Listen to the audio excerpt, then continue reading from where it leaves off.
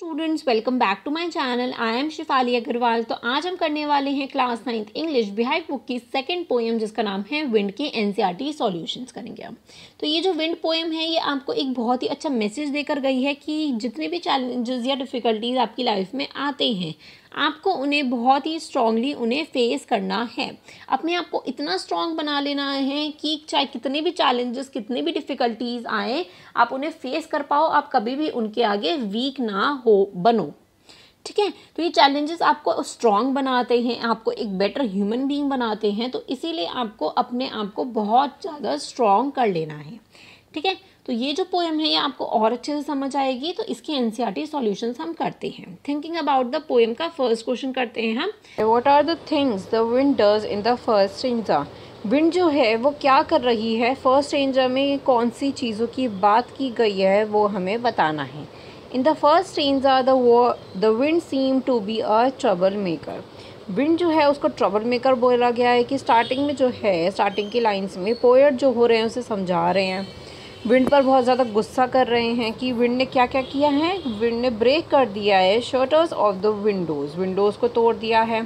Scatter the papers को गिरा दिया है, कहीं पे बहुत सारे पेपर्स रखे तो उनको गिरा दिया है।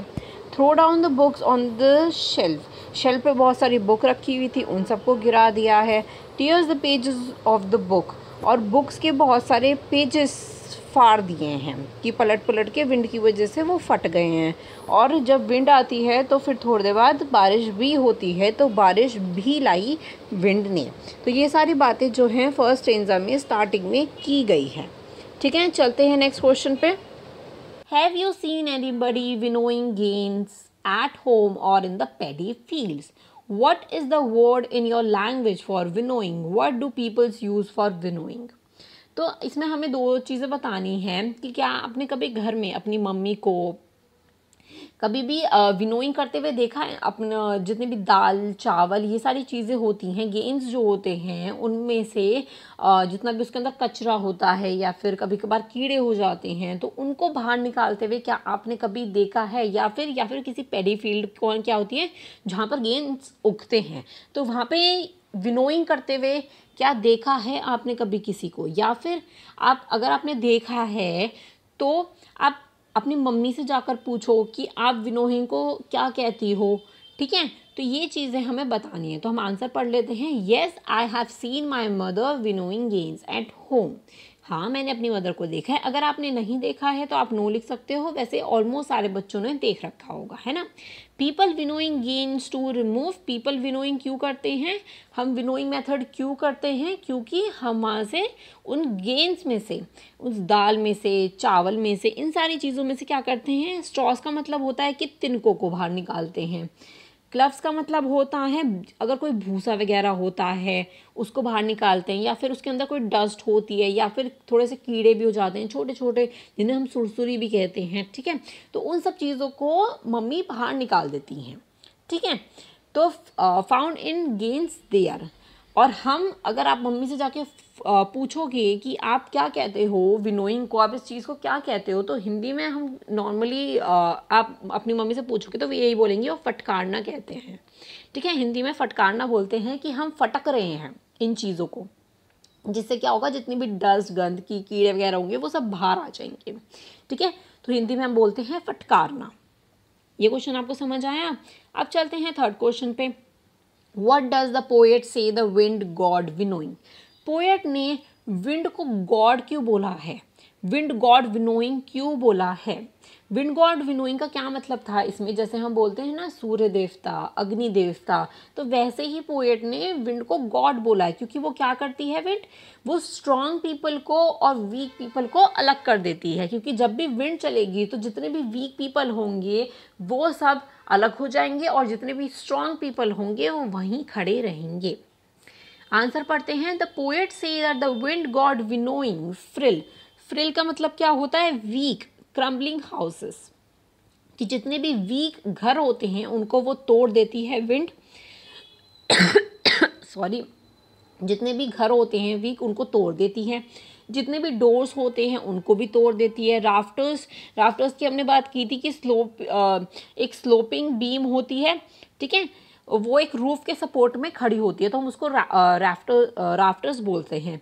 या फिर आप बोल सकते हो कि विंड को वुड को वो तोड़ देती है। हम लोगों को बहुत ज़्यादा खतरा हो जाता है तो हवा चलती है, तो आप सुनते होगे कि खाई में लोग गिर गए, ऐसा कुछ हो गया कि विंड की वजह से बारिश हो गई, तो फिर बिजली कड़कने लग गई, उसकी वजह से लोगों की डेथ हो गई। तो ये सारी चीज़ें क्या करती है, विंड करती है कि वीक लोगों को वो अलग कर देती है और स्ट्रॉन्ग पीपल्स को अलग कर देती है। ठीक है, तो इन सब चीज़ों को वो तोड़ देती है, देन क्रश देम ऑल, वो इन सबको क्रश कर देती है, ब्रेक कर देती है, तोड़ देती है ना। अब हम चलते हैं नेक्स्ट क्वेश्चन पे। फोर्थ क्वेश्चन है हमारा, what does we do to make friends with the wind. अब पोएट ने तो विंड को हमारे लाइफ में जितने भी डिफ़िकल्टीज, जितने भी चैलेंजेस होते हैं उनको बोला गया है, लेकिन हम चैलेंजेस और डिफ़िकल्टीज के साथ दोस्ती कैसे करें, ये भी हमें इसी पोएम में बताया गया है लास्ट में, है ना। तो हम विंड के साथ कैसे दोस्ती कर सकते हैं। The poet suggest that we should build a strong houses. हमें क्या करना होगा, हमें स्ट्रॉन्ग हाउसेस को बनाना होगा, एकदम स्ट्रॉन्ग घर को बनाना होगा, जिससे अगर विंड आती है, ठीक है, विंड आती है तो अगर स्ट्रॉन्ग घर होंगे तो विंड जो है वो उस घर को उड़ा के नहीं ले जाएगी, वो उसको तोड़ेगी नहीं, अगर हम स्ट्रॉन्ग घर बनाएंगे तो। एंड फिक्स द डोर्स, और हमें डोर्स को भी बहुत ही ज़्यादा अच्छे से स्ट्रॉन्ग बनाना होगा। Also strengthen our body and heart steadfast. Steadfast का मतलब होता है कि स्ट्रॉन्ग कर लेना, ठीक है। तो हमें क्या करना है, हमें खुद को, अपनी बॉडी को, अपने दिल को इतना स्ट्रॉन्ग बना लेना है कि कोई भी डिफ़िकल्टीज, कोई भी चैलेंजेस आती हैं तो वो आपको वीक ना कर सके, आप और ज़्यादा स्ट्रॉन्ग होते जाओ। तो ये चीज़ें अगर आप करते हो तो आप विंड से दोस्ती कर लोगे। Moreover, we should be strong enough to face the difficulties in the life. तो जब ये सारी चीज़ें हो जाएंगी, जब हमने घर इतने स्ट्रॉन्ग बना लिए, खुद को स्ट्रॉन्ग कर लिया, अपने डोर्स को बहुत ज़्यादा स्ट्रॉन्ग बना लिया, तो हम क्या होंगे, जितनी भी हम डिफ़िकल्टी चैलेंजेस आएंगे हम उसको बहुत स्ट्रॉन्गली खड़े होके हम उसको फेस कर पाएंगे। ठीक है, तो इसीलिए ही ये चीज़ लास्ट में हमें पोएम के बताई गई है कि हमें कैसे विंड के साथ दोस्ती करनी है। ठीक है, अब हम चलते हैं नेक्स्ट क्वेश्चन पे, फिफ्थ क्वेश्चन पे चलते हैं। What do the last 4 lines of the poem means to you? अब लास्ट जो 4 लाइन्स है हमारी पोएम की, वो आपको क्या बताना चाह रही है। The last 4 lines convey the message that the wind that blows weak fires is the same wind that makes a strong fire flourish. क्या करती है विंड, मैंने आपको अभी बताया, वो वीक लोगों को अलग कर देती है और स्ट्रॉन्ग लोगों को अलग कर देती है ना। This means that the weak peoples are broken by the adversities and the challenges in their life, but the people who are strong and strengthened by these adversities and challenges, we have to just stay strong mentally as well as the physically to deal with such circumstances. तो wind क्या करती है कि week लोगों को बिल्कुल अलग कर देती है, क्योंकि वीक लोग जो होते हैं ना, उनकी लाइफ में जितने भी चैलेंजेस और डिफ़िकल्टीज आते हैं तो वो हार मान जाते हैं कि मैं फेस नहीं कर सकता हूँ इतनी मुश्किल, इतनी बड़ी चैलेंज को या फिर इतने बड़े डिफ़िकल्टीज़ को मैं फेस नहीं कर सकता हूँ। तो विंड आती है और वो इन लोगों को अलग कर देती है, और जितने भी स्ट्रॉन्ग पीपल्स होते हैं उनको और ज़्यादा, वो बहुत ज़्यादा स्ट्रॉन्ग बन जाते हैं जब उनकी लाइफ में और ज़्यादा चैलेंजेस और डिफ़िकल्टीज आती हैं। तो हमें सिर्फ क्या करना है कि अपने आप को मेंटली भी और फिज़िकली भी बहुत ज़्यादा स्ट्रॉन्ग बना लेना है। तो लास्ट की 4 लाइन सिर्फ हमें यही बताती है कि आपको कैसे दोस्ती कर लेनी है। आपको बस अपने आप को बहुत ज़्यादा स्ट्रॉन्ग बना लो, इतना काफ़ी होगा, चैलेंजेस को फेस करने में आपको हेल्प मिलेगी। ठीक है, अब हम चलते हैं एक हमारा जो ये लास्ट क्वेश्चन है, how does the poet speak to the wind in anger और विद द ह्यूमर। अब पोएट जो है वो क्या, वो गुस्से से बात कर रहे हैं या फिर ह्यूमर के साथ बात कर रहे हैं। अब स्टार्टिंग में देखा होगा आपने, स्टार्टिंग में जब हमने स्टार्ट की थी ये पोएम, तो आपने क्या पढ़ा कि पोएट जो है वो गुस्सा कर रहे हैं कि देखो तुमने क्या क्या कर दिया, है ना, तो वो गुस्सा भी कर रहे हैं। You must also have seen and heard of the wind come bring lives. What is your response to this? Isn't it like the poet?